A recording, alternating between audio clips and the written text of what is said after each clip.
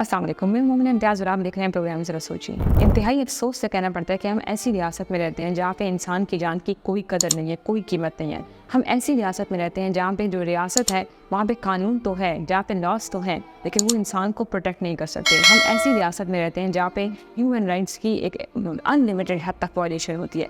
जी हाँ नाज़रीन, मैं बात कर रही हूँ पाकिस्तानी रियासत की। आप अभी भी अगर पाकिस्तान की जुडिशरी उठाएंगे, उनके केसेस देखेंगे, आपको पता चलेगा कि ऐसे केसेस भी पड़े हुए हैं कि जो बंदे हैं वो कवर तक पहुंच चुके हैं, लेकिन अभी भी उनके केस की इन्वेस्टिगेशन स्टार्ट नहीं हुई। अभी रिसेंटली एक केस आया गिलमन वज़ीर का, जो पश्तून तहफ़्फ़ुज़ मूवमेंट का स्ट्रॉन्ग सपोर्टर भी है, सोशल मीडिया एक्टिविस्ट भी था, और सबसे अहम बात यह है कि वो पोइट भी था, पोइट्री भी करता था। वो इनके गिलमन वज़ीर जो थे वो इस्लामाबाद में ट्रैवल कर रहे थे और एक लोगों का ग्रुप आया, उन्होंने उनको चाकू से इतना मारा कि वो इतने एक्सट्रीम हद तक ज़ख्मी हुए कि उनको एम्स अस्पताल शिफ्ट करना पड़ा। और वहाँ का जो डॉक्टर का जो सारा अमला था उन्होंने कहा, और जो ह्यूमन राइट्स की एक एक्टिविस्ट हैं जेसिका क्रॉनर, और जो ह्यूमन राइट्स की बात करती है, माइनॉरिटीज़ के इशूज़ के बारे में बात करती है, और रिव्यूज़ में ये इंटरनेशनल लेवल पर भी गया, और उन्होंने ये डिमांड की कि इनको जल्द से जल्द जर्मनी शिफ्ट किया जाए, क्योंकि जो पाकिस्तानी हॉस्पिटल है इस वक्त जो इनकी सिचुएशन है वो इलाज जो है वो जर्मनी में हो सकता है, लेकिन अनफॉर्चुनेटली इनको भेजा नहीं जा सकता था क्योंकि इनका नाम जो था वो ECR में था। और अभी ताज़ा तरीन खबर ये है कि उनकी डेथ हो चुकी है। अब वो बंदा कौन था जिसने इस पर हमला किया? आज़ाद दावड़ इस बंदे का नाम था,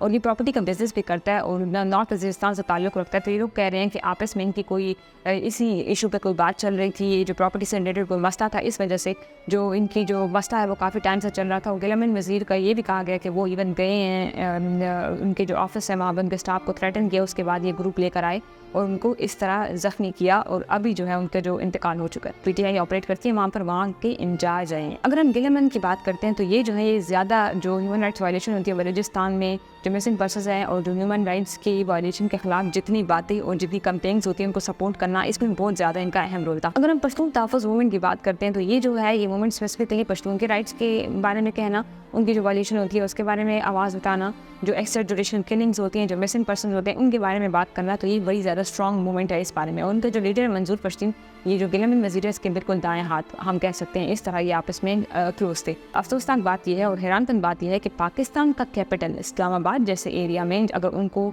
इतना ज़्यादा जो चाकू मारे गए तो उस वक्त कैमरास कहाँ थे? क्योंकि कैमरे में एक चीज़ कुछ भी नहीं आया गया, और अभी तक पाकिस्तानी कानून में कोई पुलिस कोई इसकी इन्वेस्टिगेशन नहीं करी। इवन कि जो हमारा इलेक्ट्रॉनिक मीडिया वो भी इस वाक़े को रिपोर्ट नहीं कर रहा।